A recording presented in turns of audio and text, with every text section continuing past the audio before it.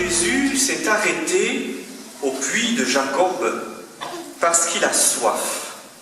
Et il va demander à boire à la Samaritaine.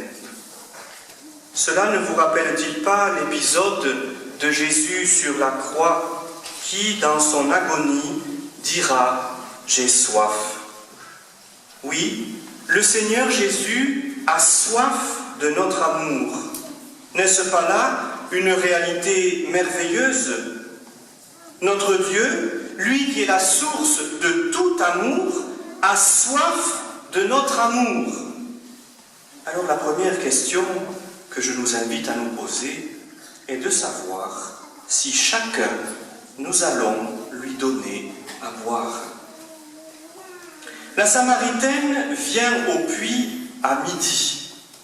Quand on connaît un petit peu les coutumes du Proche et du Moyen-Orient, on sait très bien que l'on ne va pas au puits à midi, à l'heure la plus chaude de la journée.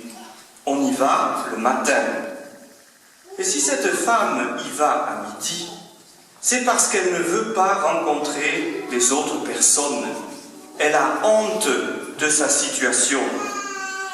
Comme le fera remarquer Jésus, elle a en effet une vie conjugale quelque peu agitée. 5 maris, il faut le faire, et celui avec qui elle est n'est pas son mari. Jésus connaît la situation de cette femme, et pourtant, il lui demande à boire, à elle. Il ne la juge pas, il ne la condamne pas.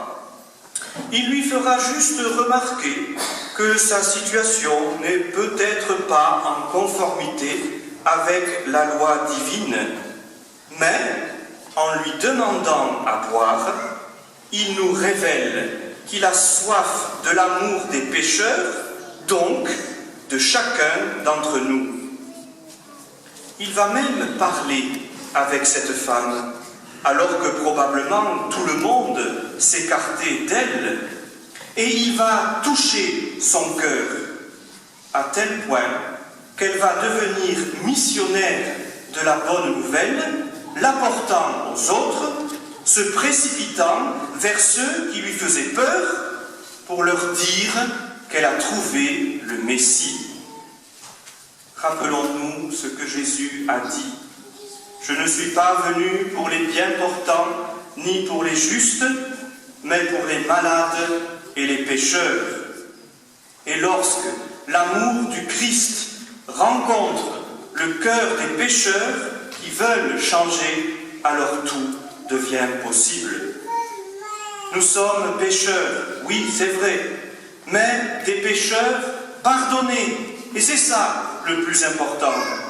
Des pécheurs aimés de notre Seigneur qui a soif de notre amour.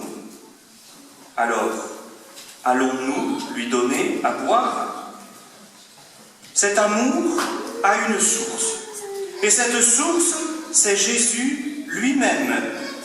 Il est la source d'eau vive, c'est-à-dire la source de vie éternelle. Cela me rappelle un autre passage de l'Écriture, dans le livre du prophète Ézéchiel, où Ézéchiel a une vision concernant le temple, une vision extraordinaire. Du temple, qui est la demeure de Dieu, s'écoule une source qui devient un torrent. Et au bord de ce torrent, il y a toutes sortes d'arbres magnifiques dont les feuilles soignent et dont les fruits sont délicieux. Et tous les animaux et les hommes viennent s'abreuver à cette source. Vous l'avez compris, cette source, c'est le Christ lui-même.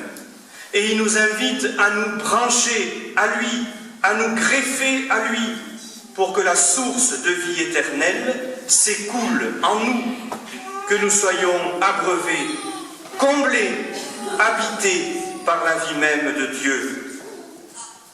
Si nous nous coupons de la source, nous risquons de devenir des puits d'eau morte. Coupés de la source, notre baptême n'est plus irrigué et il devient eau stagnante. Coupés de la source, nous finirons par nous assécher et la grâce que nous avons reçue au jour de notre baptême s'éteindra peu à peu. Quels sont les points d'eau que Jésus met à notre disposition pour renouveler sans cesse cette eau vive? La prière, tout d'abord, qui est le cœur à cœur avec le Christ. La méditation de la parole de Dieu, où nous laissons le Verbe prendre chair en nous et par nous dans le monde. Et bien sûr, au plus haut point, l'Eucharistie, qui est, comme l'a rappelé le Concile Vatican II, la source et le sommet de la vie chrétienne. L'Eucharistie, source et sommet de notre foi, où nous permettons au Christ ressuscité de se donner à nous et où il nous permet de nous donner à lui pour que nos cœurs ne fassent plus qu'un. Si tu savais le don de Dieu, ce don, nous l'avons reçu et nous le recevons sans cesse pour que nous soyons comblés, mais aussi pour que nous le partagions. Recevant la source, nous devenons nous-mêmes source pour nos frères et sœurs en humanité. Notre mission est de transmettre ce que nous avons reçu. Notre mission est de nous laisser habiter par le Christ et de le laisser se donner par nous à ceux qui le cherchent, parfois sans le savoir. Toute personne, quelle qu'elle soit, a soif.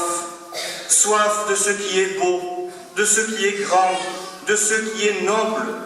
Bref, soif de l'amour véritable, du bonheur vrai. Mais parfois, ces personnes vont s'abreuver à des sources empoisonnées qui les rendent malades et malheureux. Frères et sœurs, nous avons en nous la source d'eau vive. Nous avons reçu le don de Dieu. Ce que nous avons vécu ces derniers jours, par exemple, autour de Célia et de sa famille, montre de façon concrète que cette eau vive que nous portons en nous est agissante, qu'elle est source de vie, de communion et d'amour. Et lorsque nous laissons le Seigneur habiter notre cœur, alors l'amour de Dieu se répand autour de nous et il se vit de façon concrète comme j'ai pu en être témoin. Alors rendons grâce au Seigneur pour cela et continuons à nous greffer au Christ, lui qui est la vraie source, pour pouvoir chaque jour témoigner que notre Dieu est amour et qu'il est la source de toute vie et du bonheur éternel. Amen.